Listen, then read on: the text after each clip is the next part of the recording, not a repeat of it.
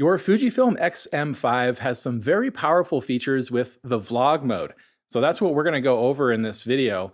Which features are available in vlog mode that aren't available in regular movie mode, how to use the touchscreen, and how to set up some of the audio features. This video is a free preview lesson from my X-M5 tutorial course that contains bite-sized videos of how to set up all the menus, text outlines, a full text version of the course, and a comprehension quiz at the end. If you want to watch even more free previews, you can do that at photocourses.link/xm5 and use the code TUBE20 to save 20% on the entire course. So here is how to use the vlog mode in the X-M5.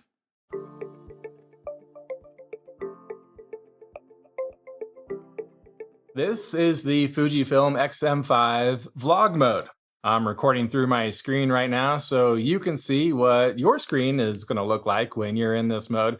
I want to take you through some of the touchscreen menu options, some of the other menu settings, and give you just a basic overview of what vlog mode is. Now, this is a really great mode to use when you want to do videos like this, where you're just kind of talking into the camera. Maybe you're doing some product reviews. This mode gives you a lot of what you need to do that, and an entirely different video setup than the regular movie recording setting on the mode dial. You get a bunch of different video settings, including some features that are not available in regular movie mode, which we'll talk about as we go through this video. So let's start with a basic orientation of the screen. On the upper right, you have your touch shooting, touch focus options. So you can tap on that to toggle between touch focus, moving your focus area, or just leaving the whole thing off.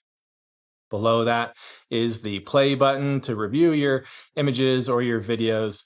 And then the red button below that is obviously to start recording movies. So you can tap on that to start recording.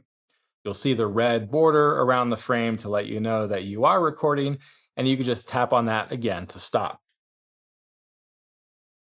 Below that, where it says menu, that takes you into a bunch of new options that you can change for vlog mode.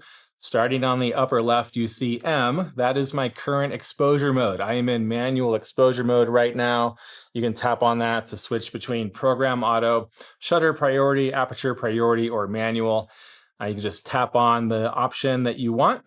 With M selected, if I want to back out of that, I can just tap on the M on the upper left.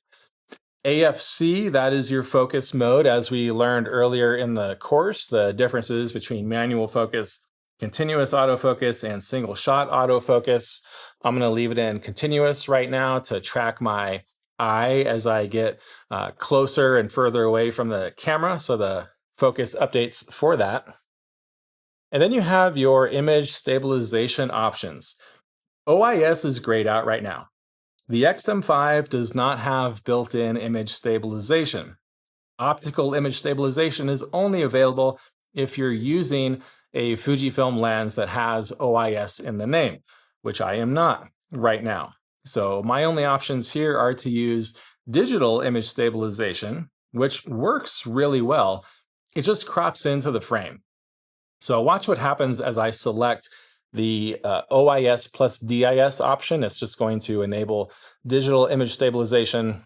And now I am way too big in that frame, but the image is going to be stabilized. If you were hand holding the camera, that would dampen out some of those vibrations. So I'm going to turn that off to, you don't have to see my face quite as big. Okay. And then next to that, where you see the little eye symbol with the R, that means that right now I have face and eye detection enabled, with eye detection tracking my right eye. You'll notice that that box stays on my right eye to focus. When you tap on that, you get some other options for how you want to track yourself or other people. You have regular face detection, not eye detection, so it's just going to put a box around your face. You have auto eye detection, where it's going to track what it thinks is the most prominent eye. And then you have right or left to keep it locked onto one of those or turn it off. I'm going to leave it on right so it's not jumping around on you. So now that's going to stay locked onto my eye as long as my face is in the frame. Next to that is portrait enhancer mode. If I want to have some beautiful complexion, smooth out some blemishes, you can turn on that portrait enhancer mode. There are 3 different strengths other than off. Not really going to see too much of a difference. If it's on strong, still see all of my acne scars and whatever. So I'm just going to turn that off. You can play around with that. It's going to smooth out your skin. Tones also. Okay, then we're going to go to the lower left where you see that microphone icon with the circles around it. You can change which microphones are active on the X-M5 as far as the internal microphones go. Now, right now, I'm using a Rode on-camera shotgun mic, something very similar to this. But if you want to use the internal microphones, you can control which ones are going to be active for the audio. So the circles mean surround. It's going to use all the microphones to put together some surround stereo audio. If you have a lot of noise behind the camera that you don't want the camera to pick up, you only want it to pick up what's straight in front of it, which is you can enable only the front microphone. So now the front microphone is enabled. You can enable just the rear microphone. You can do the front and the rear. I'm going to leave it on surround. That's one thing that you can do to kind of be selective of where that audio is coming from if you have a lot of noise in your environment. And we'll talk about some of the other noise reduction and filters that this camera has in a few minutes. But let's keep going through the touch options on the bottom of the screen here. The little rectangle, the square there, that is, oh, I missed one. We're going to go to the person with the lines through the background. That is a background blur, background defocus mode. So when I enable that, you're not really going to see much change here because my background is already blurred. But what this does is it's going to force the camera to use the widest aperture possible so that your background can be blurred. Now, the amount of blur that you get is going to depend on the aperture limits of your lens, the focal length that you're at, how close you are, a bunch of different variables. It's not using software processing to do a processing blur to soften whatever's behind you. It's just using the camera's aperture. So how much of a blur you're going to get, again, is going to depend on all of those other variables. But you'll see that when the background defocus mode is enabled, the aperture on the screen is displayed in yellow. That just means the camera is forcing the lens to use the widest aperture possible to blur the background. I'm going to turn that off. Actually, let's leave it on. Let's use the product review mode now, product priority. So if you are doing some kind of product reviews, you'll notice that when I turn that on, face and eye detection turned off on the top. You see that it's off in yellow, meaning that I asked for face and eye detection, but the camera is having it off right now because I have that product priority mode on. If you're doing some kind of product review, like you want to do something for a camera, the camera is going to, you see how it maintains the lock on this camera and not my face. I take it out of the frame, I put it back in the frame, and it's going to focus on here. So this is really good to use if you do want to do some kind of product reviews and have the camera automatically focus on that product.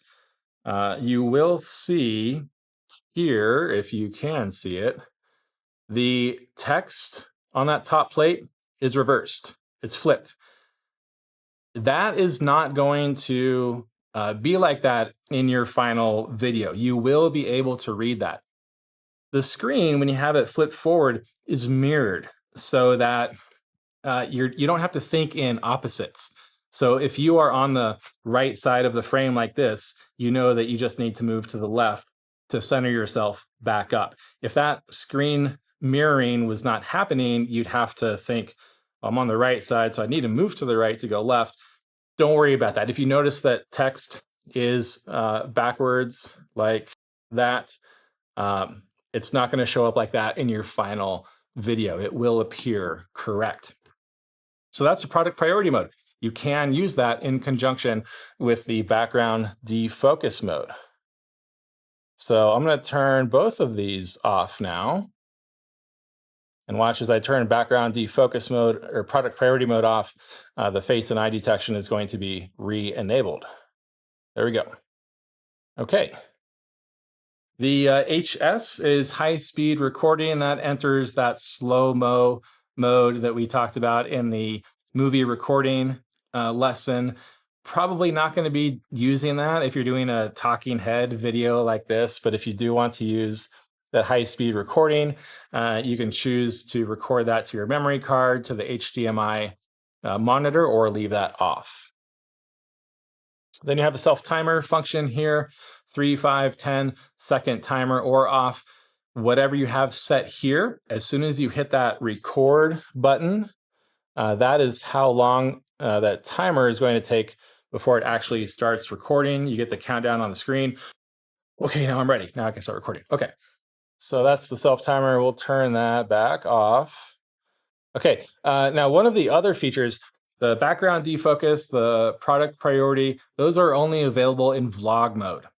Another thing that is only available in vlog mode is the shorts option, vertical video. So if you want to record shorts for YouTube or Instagram or whatever else, enabling this will put the camera in vertical. There we are in vertical mode. And it's going to record either 15, 30, or 60 seconds. You can see there's this framing that's going to show you what your vertical video is going to look like. You can leave the camera in the horizontal orientation. That's only going to record that little strip in the middle for however long you have that time set. You just go back and turn that off. And that is the touchscreen, touch menu options for vlog mode. Let's now go and take a look at some of the other menu settings that you may want to know about for recording vlogs on the X-M5.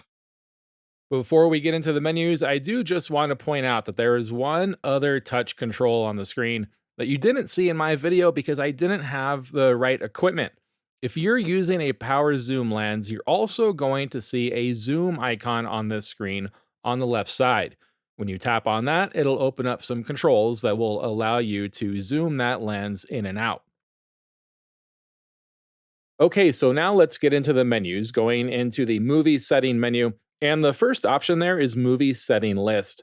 If you go in here, it's kind of a combination of a few different menu settings, like the media record setting, the movie mode, all in one place where you can quickly change your settings based on if you are sending that video to your SD card, which is the media option, or an HDMI monitor. After that is the shooting mode. We mentioned that was available on the touch screen where you can choose program auto, shutter or aperture priority, or manual mode. And I do just want to talk about this mode real quick. If you're just doing very casual vlog recording, you don't care to get into the weeds too much about camera settings, program auto will be just fine for you. However, if you want to make sure that your exposure is locked in, you may want to use manual mode. You can also use manual or shutter priority if you want to take advantage of the 180-degree rule for the shutter speed. You can read more about that in the notes for this lesson if you're interested, but you will need to use either shutter priority or manual mode to lock in your shutter speed. Which movie mode should you choose? Well, I think for casual vlogging, either full HD or 4K are just fine. 4K might even be overkill depending on what your destination is and who your audience is. 4K will substantially increase the storage requirements for your vlogs over full HD. And as far as the aspect ratio goes, 16:9 is ideal. That's the standard horizontal format. If you want to do vertical format video, select 9:16 instead of 16:9. 9:16 is like that short mode that we saw in the touchscreen menus, except when you set 9 to 16 here, it's not going to cut you off after 15, 30, or 60 seconds.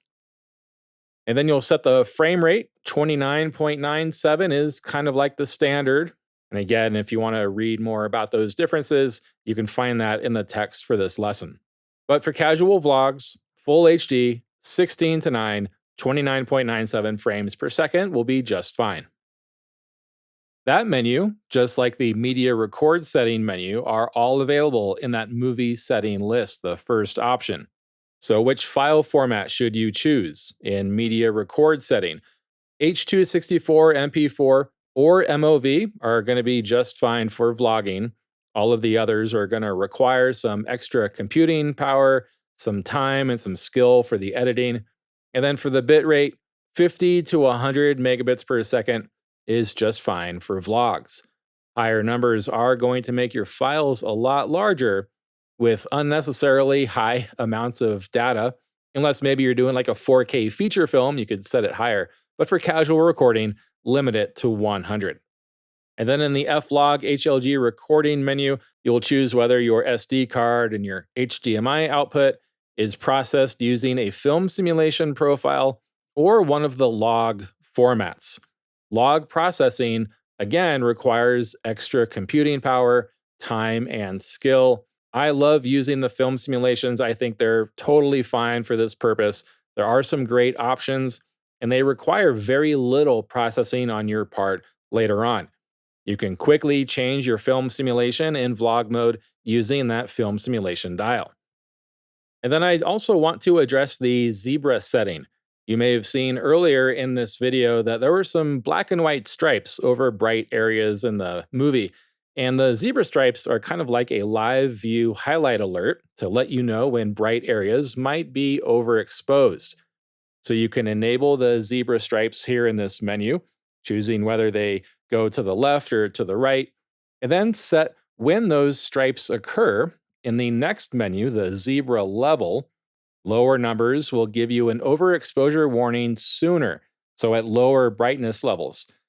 The zebra stripes you saw earlier in this video, those were set to 90%, which means that I was really close to overexposing some of those areas. That warning is only going to show up in the brightest areas. If you set it to 100, they will only show up on areas that are indeed overexposed. Now let's talk about the audio. The built-in microphones of the X-M5 are very sensitive. There are 3 microphones, and that helps with some of the surround stereo that it offers. It'll pick up a lot of sounds that you may not think it could pick up, so be careful with it. If you want to do some serious vlogging, you might want to invest in a microphone like this that I mentioned earlier. But still, the internal microphone can be used in a pinch when you have no other options. In the audio setting menu, you can set the internal microphone level adjustment to auto, and the camera is going to automatically adjust the gain of the microphone so that the audio levels are recorded at more or less a standard level. But you always want to watch your mic level monitors and use headphones to check the sound quality if you can. You should never see any red at the top of those monitors. If you have other sounds around you, you can also try some of the settings in the noise reduction setting menu. The wind filter will cut out some of the buffeting sounds that wind makes when they hit the microphone. If you have some steady noises like fans or road noise, you can try enabling steady state noise reduction to filter those out. And then if you have any really low frequency sounds, like the low rumblings of engines of distant trucks, you can enable the low cut filter. That'll cut out any low frequencies. You also have a mic level limiter. If there's a chance that you may have some very loud, sudden sounds in your environment that you're recording, you can enable the mic level limiter, which will prevent clipping or distortion caused by those sudden loud sounds. I recommend enabling this only if you anticipate those sudden loud sounds, because it can lead to some distortion in other situations where it's not needed. If you are doing some kind of vlogging, whether you're using an internal microphone or an external microphone, chances are high that your spatial relationship with the camera and the microphone are going to remain the same. In that case, you can manually set your audio meters for consistent sound instead of letting the camera do it in auto. And just a few minutes ago, I mentioned that you don't want to see red on the audio meter. That means that the sound is clipping and it's going to be distorted. If you see that or you want manual control over your microphones, you can go to the manual adjustments for the internal or the external microphone. Just a note, if you are using an external microphone, the internal microphone is going to be automatically disabled. So in the manual microphone adjustment, you're going to adjust the gain level with the joystick while speaking in a normal voice at the distance that you're going to be from that microphone. And you're just going to turn that up or down until the meter is ideally between -6 to -12. You have two lines there that kind of show you your target area for your microphone gain. If it ever hits the red or it's going above that -6 line consistently, you want to turn that down and try again. You can see in my audio meters for the video that I did earlier that they are consistently between -6 and -12, and that gives you the cleanest audio. If you are using an external microphone with its own power, it's a good idea to turn that gain level up first. Here on that Rode microphone, I'm going to turn that up to 14.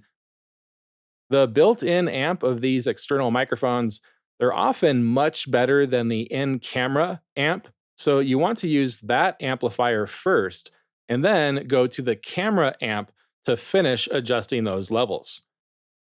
When you do have an external microphone plugged into the port on the back of the camera, you're going to see a prompt on the screen when you power the camera on, asking if it is indeed a microphone attached to that port or a remote cable trigger. Just press OK to accept the microphone setting.